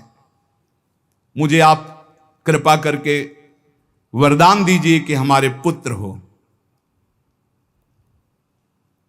व्यास मिश्र जी ने सारी बात नरसिंहाश्रम जी से कही तारा रानी की, क्योंकि डायरेक्ट बात नहीं, ये आर्य मर्यादा पहले थी। ये बात सुनकर नरसिंहाश्रम स्वामी जी ने कहा तुम ज्योतिषाचार्य हो, क्या तुमने ज्योतिष में अपनी भाग्य रेखा नहीं देखी जो मैं देख रहा हूं? इस जन्म में तुम्हारे संतान का प्रयास व्यर्थ है, तुम्हारे संतान नहीं होगी, संतान योग ही नहीं है। विधाता ने भाग्य में तुम्हारे संतान योग नहीं लिखा। पूर्व कर्मानुसार जीव को संतान के द्वारा सुख दुख प्राप्त होता है, या संतान प्राप्त होती है या नहीं प्राप्त होती है, ये सब तुम जानते हो, फिर क्यों ऐसी बात कही? तारा रानी जी बीच में ही अब बोल पड़ी, कहा प्रभु अगर सब हमारे भाग्य से ही होता है तो आप भी हमारे भाग्य में हो, फिर आप जैसे महात्माओं का प्रबल प्रताप क्या? सब हमारे प्रारब्ध से ही होता है तो आप जैसे महात्माओं का प्रताप क्या? और आप भी तो हमारे भाग्य में हो कि हम हमारे पति के बड़े भाई हो, तो फिर आप जैसे महात्माओं का प्रताप किया अगर सब हमारे प्रारब्ध और भाग्य में ही है, धृष्टता क्षमा की जाए, आप महापुरुषों के आश्रय से भाग्य बदला जा सकता है। स्वामी जी अब आप टालिए नहीं, मैं आपकी शरण में हूं, मेरे हृदय में प्रबल पुत्र कामना है, उसे पूर्ण कर दें। जैसे गंगा जी का स्पर्श पापों का शमन करता है, तापों का शमन करता है, ऐसे आपके चरणों का सानिध्य, ये कामना हमें तप्त कर रही, इसे शांत कर दीजिए। वांछा कल्पतरु आश्रय दाता अवधूत शिरोमणि, मैं आपकी शरण में हूं। तारा रानी की बात सुनकर आंख मुंदली सिंहासन, स्वामी जी मौन रहे। फिर कहा आप चिंता मत करो, भगवान का कोई न कोई मंगल में विधान होगा। बस वो एकांतिक उदासीन अवस्था में गए। जो राधा मोहन जी की वाटिका थी उसमें अलग बैठकर एक वृक्ष के नीचे चिंतन करने लगे। अचानक समाधि लग गई। ये भागवतिक संदेश था। समाधि में उन्होंने एक महापुरुष के वचन सुने। तुम जिस बात का चिंतन करके उदास हो गए हो, ये मुझे बर्दाश्त नहीं होगा। मेरा उपासक उदास हो जाए, नहीं। तुम्हारे हृदय में आज तक कभी कोई कामना उत्पन्न नहीं हुई, इसीलिए तुम इस कामना की बात सुनकर के उदास हो गए हो। व्यास मिश्र के भाग्य में पुत्र योग नहीं है, पर मैं स्वयं अवतार ले रहा हूं। मैं स्वयं अवतार ले रहा हूं। मैं कौन है? श्री कृष्ण। मैं स्वयं हूं। वही बंशी है, वही सजनी है, वही प्रेम है, वही संदिनी शक्ति है, वही सब एक तत्व। तत्व दो नहीं, रसोया परमानंद एक द्विधा सदा। तुम्हारा मनोरथ पूर्ण होगा। मेरे रास विलास का विस्तार करने के लिए मेरा प्रेम ही अवतार ले रहा है। मैं ही प्रेम हूं, प्रेम ही मेरा स्वरूप है, प्रेम ही बंसी, बंसी सजनी है। इसलिए मेरा जो प्रिया प्रीतम का नवनिवृत्त निकुंज का प्रेम है, हित है, वही मेरे रास और विलास का विस्तार करने के लिए, नित्य विहार रस को प्रकट करने के लिए प्रकट हो रहा है। चिंता तुम छोड़ो और अनुज को यह सूचित कर दो कि कोई साधारण पुत्र नहीं, सत्ता प्रकट होने जा रही है, हित सत्ता। तत्काल ध्यान छूटा, रोम रोम आनंद में हुआ। दौड़ते हुए व्यास मिश्र के घर गए। प्रभु को गोप्य चरित हो जैसे, आई अनुज सो बरन्यो तैसे। प्रभु पद पूजन दृढ़ व्रत धारो, पुत्र होई जस धरनु तिहारो। व्यास मिश्र, तारा रानी ने देखा प्रफुल्ल कमल मुख खिला हुआ, नृसिंहाश्रम आ रहे, समझ गए कोई भागवतिक सूचना है। अद्भुत आनंद की लहरें उठ रही थी नृसिंहाश्रम स्वामी जी की। कहा व्यास मिश्र मंगल हो गया, मंगल हो गया। स्वयं प्रेम अवतार ले रहा है आपके घर में। प्रिया प्रीतम का स्वयं प्रेम अवतार हो रहा है। मिश्र दंपति तो नाच पड़े, पुत्र नहीं, स्वयं प्रेम पुत्र के रूप में पधार रहा है। श्री लाल बिहारी प्रभु और श्री लाडली जू, इन दोनों के हृदय का हित और लाल के अधर पर विराजमान बंसी स्वरूप, सखियों के मध्य में हित सजनी स्वरूप, उसी प्रेम का अवतार तुम्हारे यहां हो रहा है।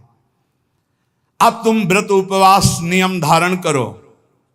ये बात सुनकर मिश्र दंपति के हर्ष का ठिकाना न रहा। नृसिंहाश्रम के चरणों में गिर पड़े।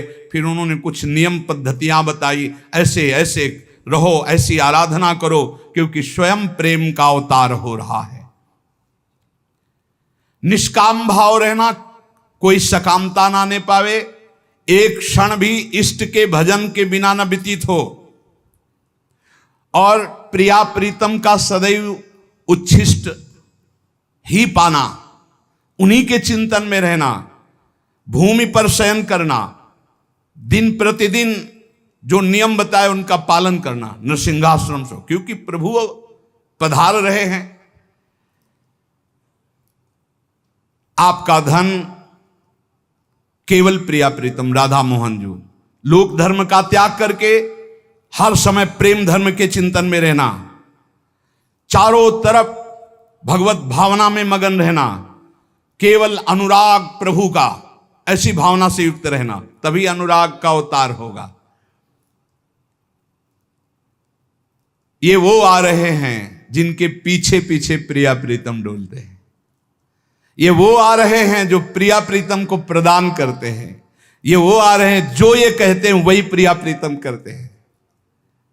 व्यास मिश्र से बताकर नृसिंहाश्रम जी संतों के साथ कुछ दिन वहां रहे और फिर मंडली के साथ विचरण करने के लिए रात दिन प्रिया प्रीतम के चिंतन में व्यास मिश्र और तारा रानी, और खूब संतों की सेवा, दूसरों को खूब वैभव था, लुटाते आनंद मगन। आत्मज्ञानी निरपेक्ष भगवत अनुरागी महात्मा जो ठान ले उसे भगवान निश्चित पूरा करते हैं। इस प्रसंग से यह भी पता चला कि अगर आत्मज्ञानी ब्रह्मनिष्ठ भगवत प्रेमी महात्मा ठान ले तो भाग्य रेखा क्या है। देखा ना, भाग्य रेखा में कुछ नहीं था, पुत्र योग, और पुत्र कौन आए? जगत को परम पावन करने वाले प्रेमावतार हित हरिवंश महाप्रभु। जैसे नृसिंहाश्रम जी ने दिनचर्या बताई थी पति पत्नी, वैसे ही रात दिन उपासना करने लगे। राधा मोहन जी की उपासना में कुछ ही समय व्यतीत हुआ कि युगल का प्रेम तारा रानी के गर्भ में प्रकाशित हो गया। तारा रानी ने बहुत आनंदित होकर कहा, प्रभु व्यास मिश्र से, मेरे उदर में आभास होता है कि गर्भ है। धन्य हो तुम, धन्य हो। व्यास मिश्र ने कहा, मिश्र जी ने, धन्य हो तुम, धन्य, क्योंकि मुझे बताया है नृसिंहाश्रम स्वामी जी ने कि तुम्हारे गर्भ से कौन प्रकट होगा। कैसे बताऊं, क्या सुकृत हुए, कौन सा सौभाग्य कि मुझे यह सुनने को मिला कि तुम्हारे गर्भ में प्रेम पल रहा है, प्रेम हित। तारा रानी जब से महाप्रभु आए तब से अद्भुत तेज संपन्न, मानो एक बिजली की सी कांति झलक रही हो, क्योंकि महाप्रभु प्रियाजू का साक्षात स्वरूप है। अतुलित रस बरसत सदा सुख निधान बनवासी, अद्भुत महिमा महि प्रगट सुंदरता की राशि। सुंदरता की राशि किसको कहा गया? श्री जी को। मानो श्री जी का साक्षात प्रतिबिंब ही है हरिवंश महाप्रभु। तारा रानी के तेज के आगे सब हतप्रभ हो जाते हैं, उनके हर अंग में तेज जागृत हो गया। जिस प्रकार माता देवकी को कंस कारागार में अद्भुत तेज प्राप्त हुआ जब प्रभु, ऐसा भाव कि प्रभु गर्भ में आ गए।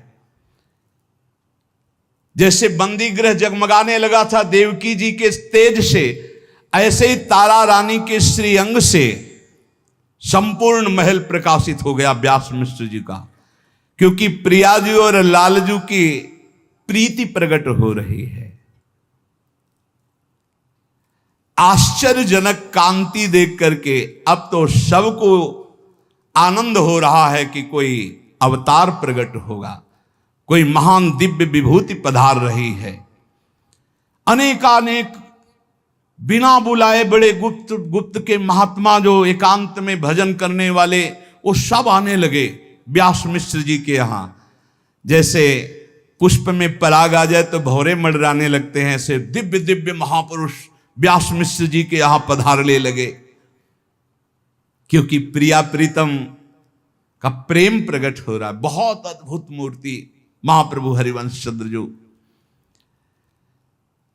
अब तो कैसे होंगे प्रेमावतार हरिवंश महाप्रभु, इस ध्यान में तारा रानी मगन लगे। उनके सामने वो छवि आने लगी बाल रूप हरिवंश महाप्रभु की। वो कभी कभी बातें करने लगती, प्रेम की अद्भुत दशा में डूबी रहती। अलौकिक दिव्यानंद में व्यास मिश्र डूबे रहते। व्यास मिश्र जी जब से महाप्रभु गर्भ आए तब से बादशाह से बात करना ही छोड़ दिया, जाला ही छोड़ दिया। तारा रानी के समीप ही रहने लगे, क्योंकि एक अद्भुत सुख मिलता। महाप्रभु गर्भ में थे, स्वयं देख रेख करते। एक क्षण भी तारा रानी को अकेला छोड़ना उनको रुचिकर नहीं था। तारा रानी के मुखारविंद पर एक ऐसा माधुर्य प्रकट हुआ कि जो देखता वो देखता ही रह जाता, बेसुध हो जाता, आनंद मगन हो जाता। फिर व्यास मिश्र को तो अपार आनंद, उनको पता है कौन पधार रहे हैं। मुनि के मन जो बात रमी रही, देखो चाहे जो प्रभु कही। श्री नृसिंहाश्रम जी ने विचार किया कि देखें, जो हमें आकाशवाणी में ध्यानस्थ समाधिस्थ में आदेश हुआ था वो फलीभूत हो रहा है। दर्शन करे चल के। वो बद्रीनाथ से फिर हरिद्वार आए और वहां गंगा में स्नान करके संतों को वहीं विराजमान करके देववन व्यास मिश्र जी के यहां अकेले आए। उस समय 6वां महीना चल रहा था गर्भ का। परम धर्म के पालक नृसिंहाश्रम जी जो ही गृह में प्रवेश किया, अनुभव हो गया साक्षात प्रभु पधार रहे हैं।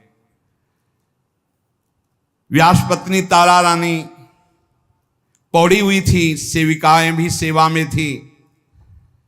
नृसिंहाश्रम स्वामी जी बिना किसी सूचना के पधारे थे, तत्काल उठकर बैठ गए। नृसिंहाश्रम स्वामी जी ने कहा, लज्जा करने की जरूरत नहीं है, तुम्हारे गर्भ में साक्षात प्रभु पधारे हैं। मैं उन्हीं प्रभु की परिक्रमा करने आया हूं, तुम बैठी रहो।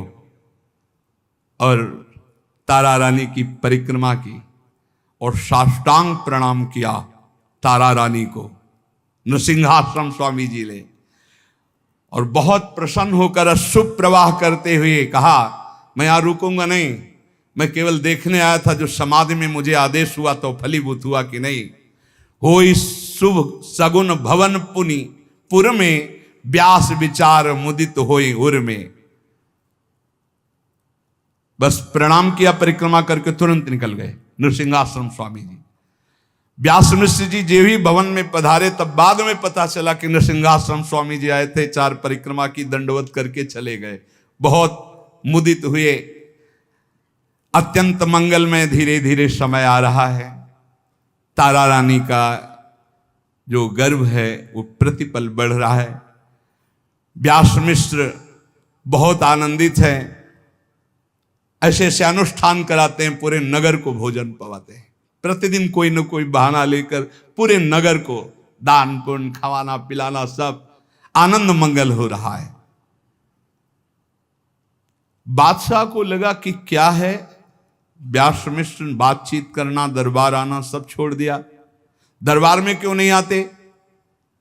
राजकीय कर्मचारियों को, सैनिकों को भेजा।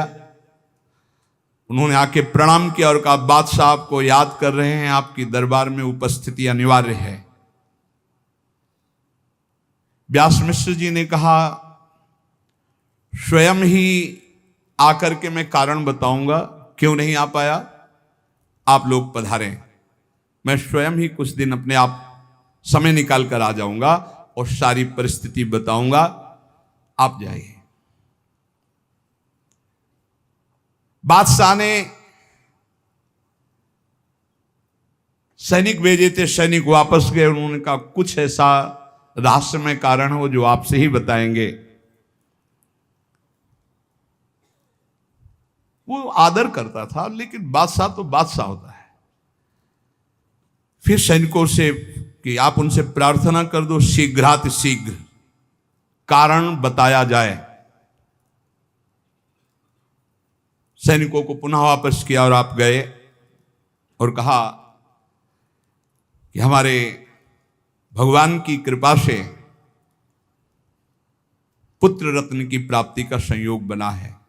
हमारी पत्नी गर्भ से हैं, इसलिए मैं आपकी सेवा में नहीं आया बुलाने पर भी, और ना रह सकता हूं। क्योंकि मुझे सेवा में वहां, तो उन्होंने कहा नहीं, मुझे आगरा जाना है और आपकी उपस्थिति हमारे साथ अनिवार्य है।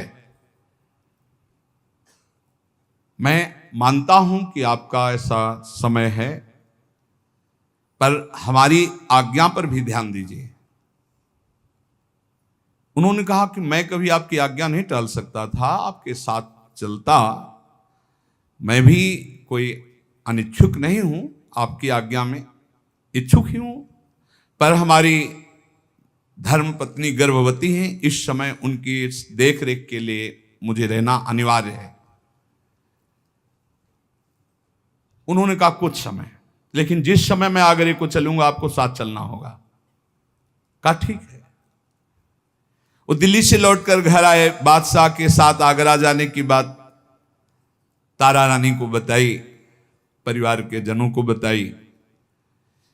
एक थोड़ा सा तो दुख ये भी हो रहा है कि ऐसी परिस्थिति में बादशाह की आज्ञा उल्लंघन नहीं की जा सकती, उनके साथ जाना है। पर एक खुशी की बात आई कि रास्ते में ब्रज पड़ता है, दिल्ली से रास्ते में ब्रज पड़ता, फिर आगरा। तो ऐसा करेंगे कि गर्भ प्रतिदिन बढ़ रहा है, ब्रज के दर्शन करेंगे। कहीं संयोग ऐसा बैठ जाए कि आगरा जाना ही ना पड़े। हाँ, ये बात तो बड़ा उत्साह छा गया, मानो भगवान ने सारा विधान बना दिया बादशाह की आज्ञा की। उसमें व्यास मिश्र जी को बहुत अच्छा लगा ये तारा रानी और निज जनों का विचार। व्यास मिश्र जी ने तत्काल सूचना पहुंचाई कि मैं आगरा जाने के लिए तैयार हूं, आप तैयार हो जाइए। पर मेरी प्रार्थना है कि रास्ते में ब्रज पड़ता है और वो हमारे इष्ट देव की लीला स्थली है, और इस समय हमारी धर्म पत्नी गर्भ से हैं। मैं चाहूंगा कि वो हमारे आराध्य देव की लीला स्थलियों का दर्शन करें।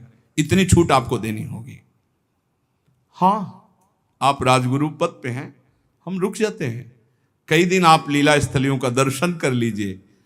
बोले इसलिए कि गर्भस्थ शिशु पर बड़ा प्रभाव पड़ता है। जिस समय मां के गर्भ में बालक होता है, जैसी जैसी वार्ता, दृश्य, भोजन, व्यवहार, वो सर्व गर्भस्थ शिशु पर प्रभाव पड़ता है। पृथ्वीपति बादशाह ने स्वीकार कर लिया। अब तो आगरे की तैयारी बादशाह ने की, और ब्रजभूमि की आंतरिक तैयारी तारा रानी, व्यास मिश्र जी, पूरा परिकर। कैसा प्रभु का विधान होता है, देखो कैसा प्रभु का विधान होता है। सोच भी नहीं सकते थे इधर की बात, पर महाप्रभु को तो अवतार लेना अपनी लीला भूमि में। व्यास मिश्र जी अपने नित्य निजी परिकर के साथ बादशाह का पूरा सब परिकर, भारी व्यवस्था, वहां से चले। व्यास मिश्र जी यमुना नदी के बाएं तट पर पूर्वी दिशा की ओर स्थित आगरा के लिए निकले।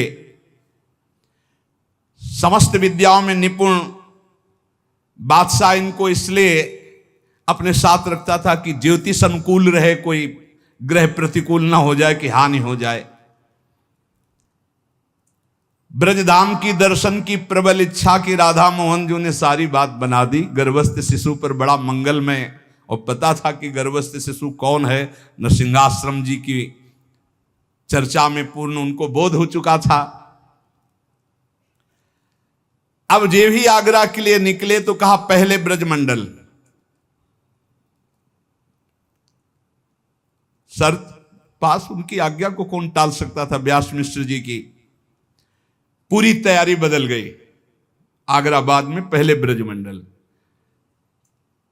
ब्रजमंडल की दर्शन की प्रबल प्रेम उमंग, बैलगाड़ी, सेना, छकड़ा, रथ, हाथी, घोड़े, बंधु बांधव, सैनिक, सब ब्रजमंडल की तरफ मोड़ दिए।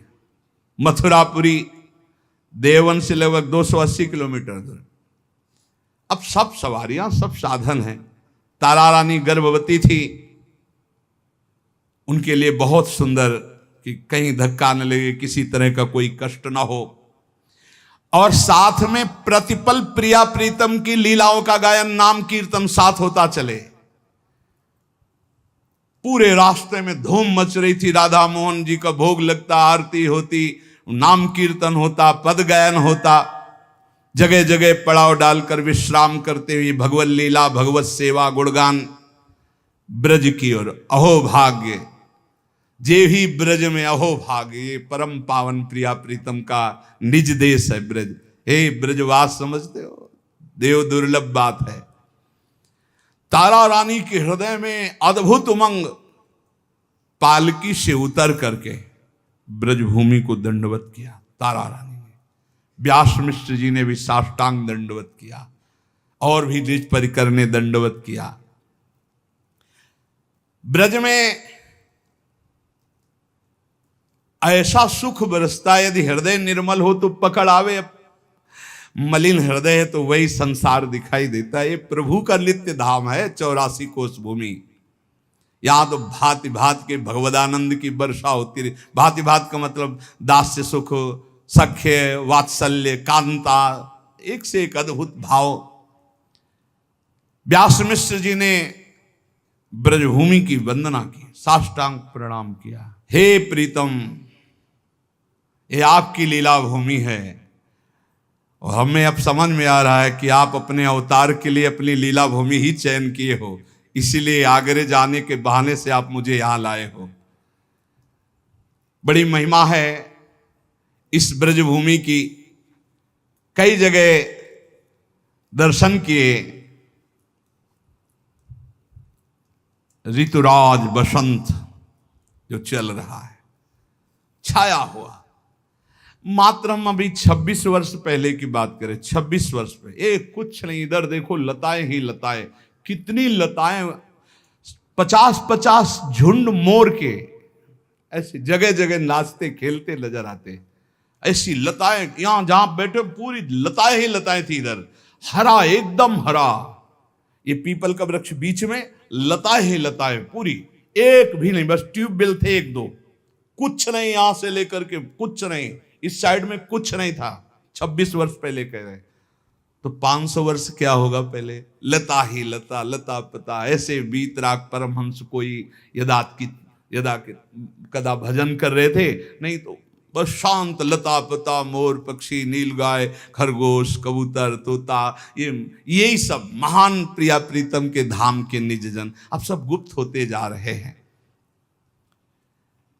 ब्रजवंदना व्यास मिश्र जी ने देखा, बसंत ऋतु का प्रभाव वृंदावन में छाया हुआ है। वैसे तो हर समय बसंत ही वृंदावन में रहता है, सदा बसंत रहत वृंदावन, पुलिन पवित्र सुभग यमुना तट। ऋतु बसंत, षड ऋतु में राजा जो बसंत, ताके आगम हिये हुल संत। पड़ाव पड़ा, राधा मोहन जी की सेवा हुई, सब आनंद मगन करके कीर्तन कर रहे हैं। महाप्रभु का कल प्रादुर्भाव है, कल प्रकट होंगे बादग्राम में। जय जय श्री हितहारी बन, श्री वल्लभ लाल की।